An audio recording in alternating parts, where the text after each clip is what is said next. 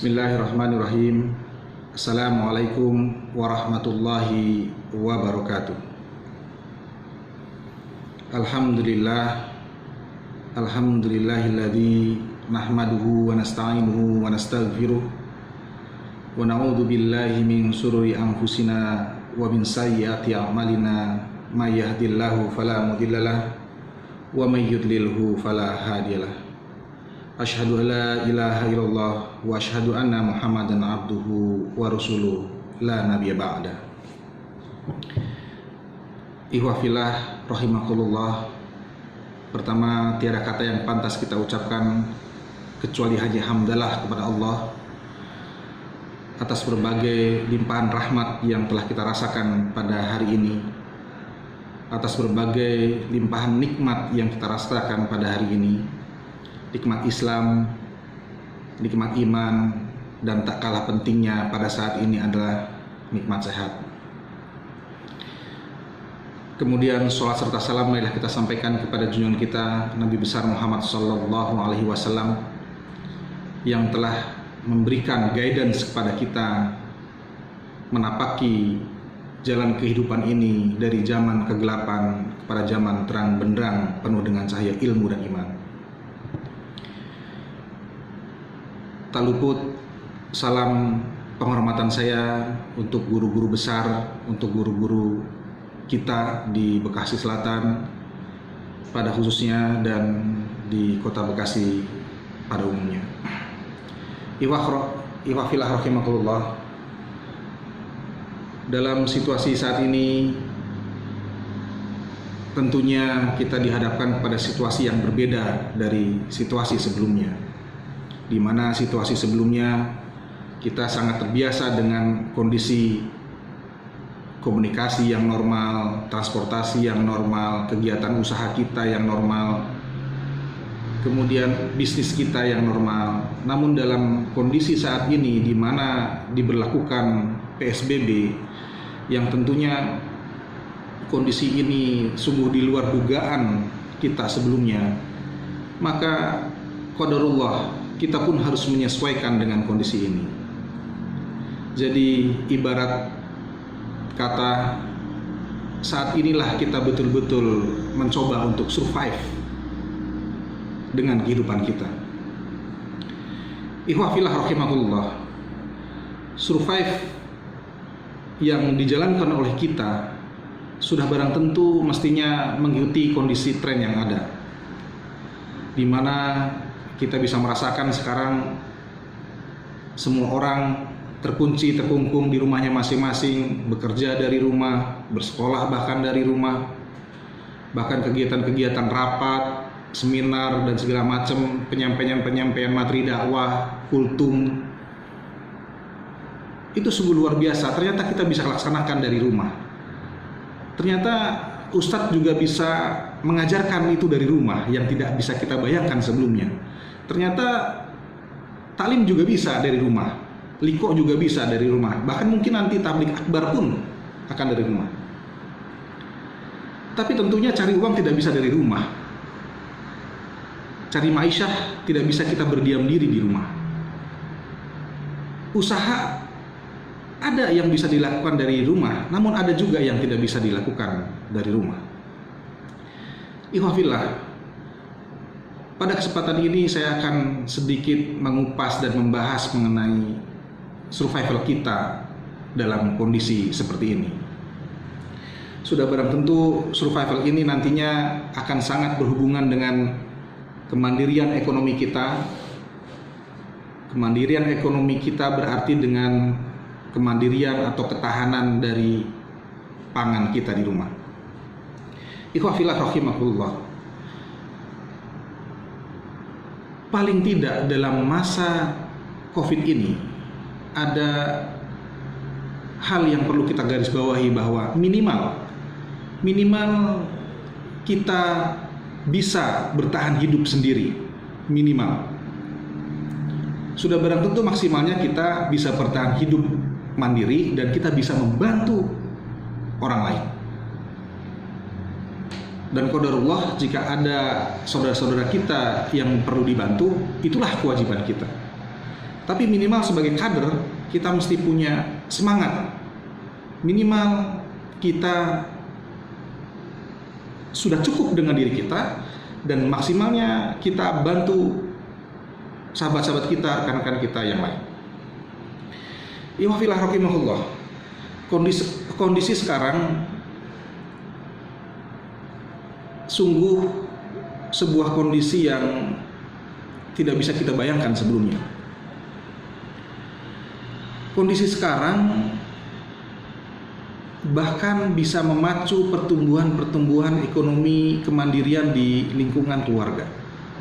Kondisi sekarang justru mampu melahirkan home industri, bisnis skala kecil yang tidak pernah kita pikirkan sebelumnya. Bayangkan bagaimana sekarang produksi masker sudah tumbuh banyak di masyarakat luas. Bayangkan bagaimana sekarang pembuat face shield sudah begitu banyak tumbuh di masyarakat. Bayangkan sekarang tentunya di kuliner begitu banyak masyarakat yang sudah mulai berjualan, sudah mulai mengasah keahlian masaknya dan dijual ke orang lain. Wafillah rahimakumullah. Dalam kondisi seperti ini adalah kondisi yang baik bagi kita untuk memulai sebuah bisnis atau sebuah usaha. Kita perhatikan baik-baik. Kondisi sekarang ini adalah kondisi yang pas bagi kita untuk memulai sebuah usaha. Loh, bagaimana mungkin bahkan kondisi normal pun kita kesulitan memulai usaha? Ini kondisinya lagi susah, kok malah kita layak untuk mendirikan usaha atau memulai usaha? Betul. Kenapa? Di saat kondisi yang sulit seperti ini, maka akan terpetakan menjadi dua bagian. Bagian konsumen, di mana dia butuh apa, dan bagian kita sendiri, ahli apa kita. Di bagian konsumen, maka akan terpetakan kondisi sekarang ini mereka butuh apa yang paling mendasar. Makan misalnya, minum misalnya, kebutuhan pokok misalnya. Di kita sendiri akan terasah, akan tergali apa yang akan bisa kita lakukan untuk memenuhi konsumen tersebut. Jadi udah mulai kelihatan tuh, si konsumen butuh apa, kita harus menggali kita bisa apa. Dalam kondisi yang seperti ini, maka bisnis yang paling baik kita lakukan adalah yang pilih mana yang paling mudah kita lakukan. Yang kedua, pilih mana yang paling mampu kita jalankan. Yang ketiga, pilih yang dekat lingkungannya dengan kita, yang dekat komunitasnya dengan kita, yang paling dominan tentunya. Dari 3 item ini, maka kita sudah bisa memilih apa bisnis kita sebenarnya. Misalnya, oke, kita akan buat, let's say, gado-gado misalnya. Tapi di kondisi normal, gado-gado sudah banyak yang buat. Betul, di kondisi normal, gado-gado banyak yang buat. Dan kita akan mulai sekarang di kondisi yang sulit.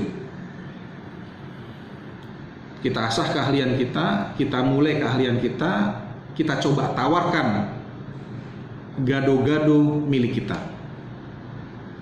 Tentunya kita harus bersaing dengan gado-gado yang lain.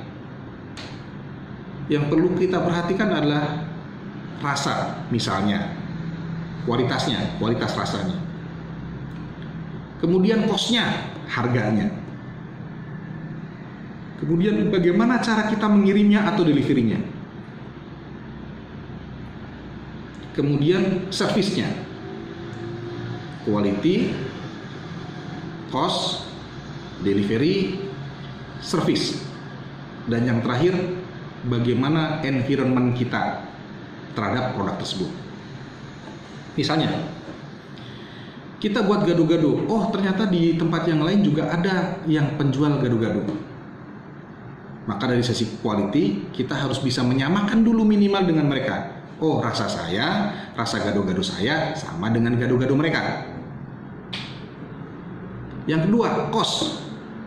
Kita sudah tahu di waktu normal kos gado-gado harganya segitu.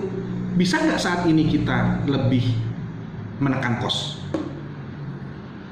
Atau minimal sama? Yang ketiga, service atau delivery dulu. Kondisi sekarang, yang beli nggak usah nyamperin yang jual, kita antar. Itu sudah merupakan keunggulan.